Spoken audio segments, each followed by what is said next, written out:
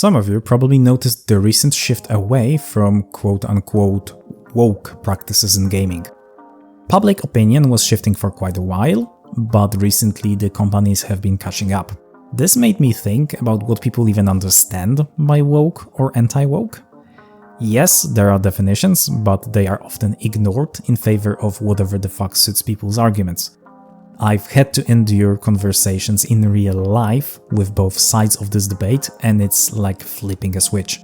A normally smart person achieves Reddit-level retardation. Just like in the online space, real-life arguments can devolve into shit-throwing contests aiming to validate biases and feelings instead of engaging with reality and rationally voicing criticisms. I do like the Socratic approach of having an actual common understanding of the topic when discussing ideas. I find it rare nowadays. So I wanted to bring a little bit of balance into the conversation. Now, we live in times when you have to put a fuck ton of asterisks on every statement, or you will have God's strongest cretins on your ass going, actually. We'll be operating in general terms. Few things in life are monolithic. I'm open to criticism, but please use common sense. So normally this would not interest me that much. If you want a definition, there are a plethora of sources for it. The closest to the original and still relevant meaning would be being aware of societal problems, as in awakened to them. Nothing difficult about it, but I think it becomes interesting when used as an argument or a critique, because people who use it define it through entirely different means. A hint to what I mean when I say that I'm rather anti-woke. Some of you might say based, while some of you might think, oh, so he hates minorities. First, you have what I would call the conservative side, ranging from lightly conservative skeptics to people who believe anything left of the Third Reich is communism. They are labeled as anti-woke, with people dropping in the same pot a range of opinions starting from we should all get along and treat each other fairly, to women should not leave the kitchen and my favorite piece of poetry is 14 words long. Then you have the progressive side, starting from people wanting equal treatment and opportunities for all the way to people who believe that the Soviet Union needs us equal. They are labeled as woke, which again entails opinions starting from we should provide opportunities for more diverse perspectives to sir, could you please explain why are you white? The thing is, for both of those groups, when we talk about the more prominent and also the more radical parts of the online discussion, the definition is sort of put on the anti-woke side.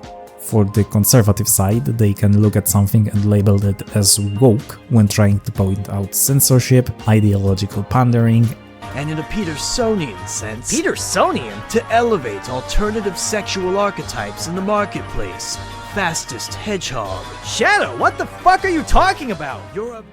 Then the progressive side looks at things they deem to be attacked and say, oh, what they mean by woke is women and minorities. Everyone who has spent at least 5 minutes on the internet can attest to the fact that this kind of statement is not entirely without merit. The number of people spamming DEI when seeing a black person on the screen in a game trailer is noticeable, and not every person can be attributed to the anti-woke pushback. Another interesting thing is the gender divide. The anti-woke side accuses people of misandry and overall hatred of masculinity, creating things to be purposefully not for male gaze and depicting men as inept and subservient to women. Then on the other side, you have people talking about misogyny and objectification of women, resulting in what some people would call realistic and strong women being labeled as quote-unquote woke for the quote-unquote incels. Aside from that, the accusation of insincerity is another part that I find to be common on both sides, be it as an accusation of subverting societal norms or the masking of biases against marginalized groups. Yet games labeled as woke with no other defining qualities have been flopping spectacularly. Shows and movies don't seem to be doing that much better. Franchises like Dragon Age or Mass Effect, which were once not only considered very progressive, but were also beloved by many of the gamers, recently had entries with budgets out their ass, and they can't even imagine breaking even. The failure of Concord will probably be studied, and I'm not even getting into Relooted. Now, looking at it as an average person, you might be thinking, who has this money to burn on all of this?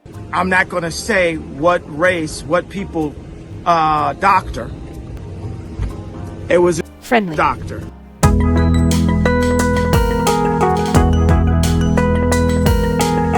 In all seriousness, I don't think it is a conspiracy, in a sense most conspiracies are presented. No cabal of wizards trying to create a new world, at least not on the level that a normal person interacts with, so the studio/workplace level. But even if you go higher to BlackRock and whatnot, or even higher, reaching Minecraft YouTuber overlords level, the answer, in my opinion, will always boil down to the mighty dollar, the boring reality. The best name I found for this is rainbow capitalism. Appropriations of progressive ideas by big companies to expand their consumer base. Do I think this is a coordinated effort? Might be, does not have to be. Your lib work friends are not secretly meeting to discuss the next step of the queer world order. It's not so hard for one company to sell rainbow-colored JPEGs in games and have the others immediately cannibalize the idea, spiraling into years of overblown budgets and the blandest socio-political takes known to man. Twitter profiles celebrating Pride Month everywhere but in the Middle East are the finest representation of the corporate detachment. But you need people to sell the idea, so you hire based on politics instead of merit. Judge the ideas based on perception. HR is happy to avoid downsizing, so it hops joyfully on board. Anything to avoid putting the fries in the bag. People you hire actually believe that they have a chance to do something good. Some are allies, and some are parts of those newly embraced groups. They might even feel responsible for spearheading the societal change. Then they hit the corporate culture. Toxic positivity labels all criticism as malcontent and lands you a sensitivity training session with the HR. While no idea is constructively challenged, anything remotely interesting has to go through focus groups and board meetings, coming back gutted with 300 pages of feedback boiling down to "this is not bland enough to be universally appealing."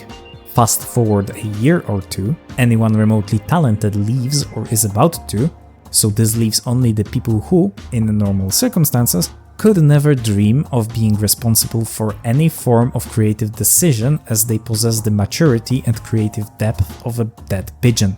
They hate nuance and have been sheltered from criticism to the point of social ineptitude. For them, the stars have aligned, and unfortunately for us, they mark the year of a retard.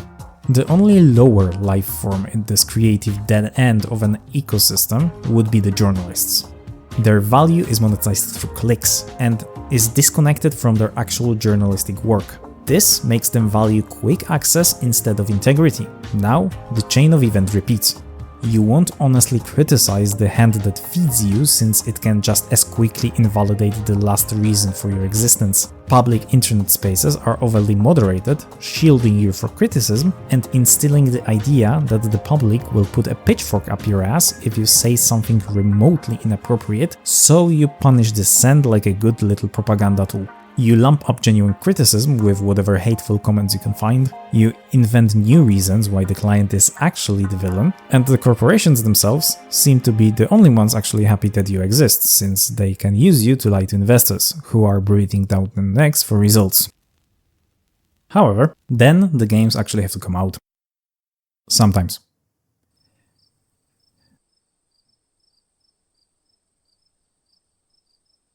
The failure of the WoW games has been discussed to the death, so let's not get too much into it, but let's just say that a number of people willing to buy a third is surprisingly low, even if you put a rainbow sticker on it. Suddenly, all of the avid supporters are nowhere to be seen. Games flop and studios are shut down. Some celebrate, point and laugh, while others are upset and feel betrayed. Which is understanding, since their naive idealism has been used to make them believe that corporations actually care for their cause. Now, an average gamer is a guy who wants to play something that is fun and not sterile.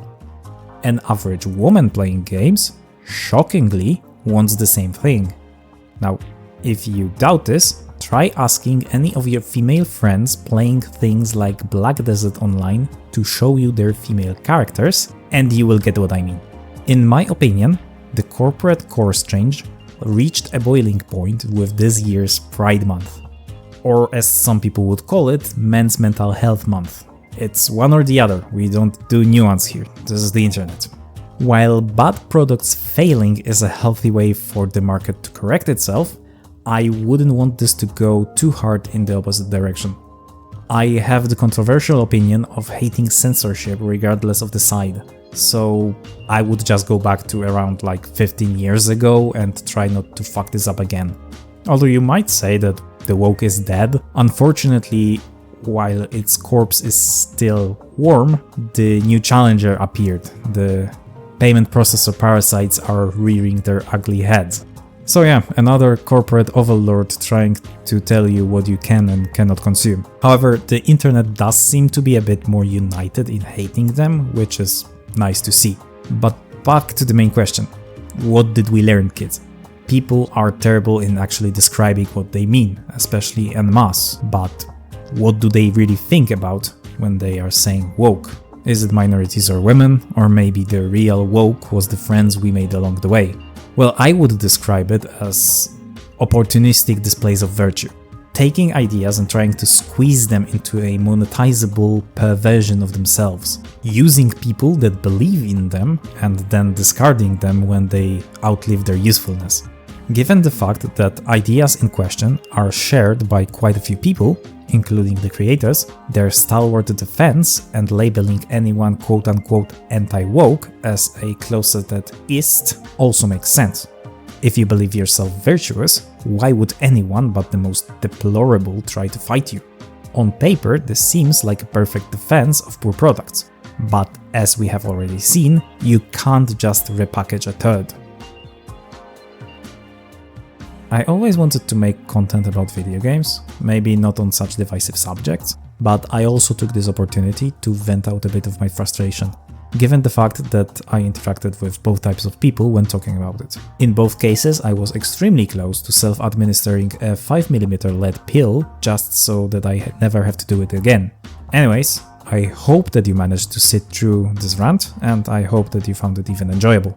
If you have your own thoughts or maybe stories of dealing with both kinds of people, feel free to share. It ain't therapy, but at least you'll be able to get it out of your system. Hopefully, my next video will be on something more fun. That'll be it. Cheers.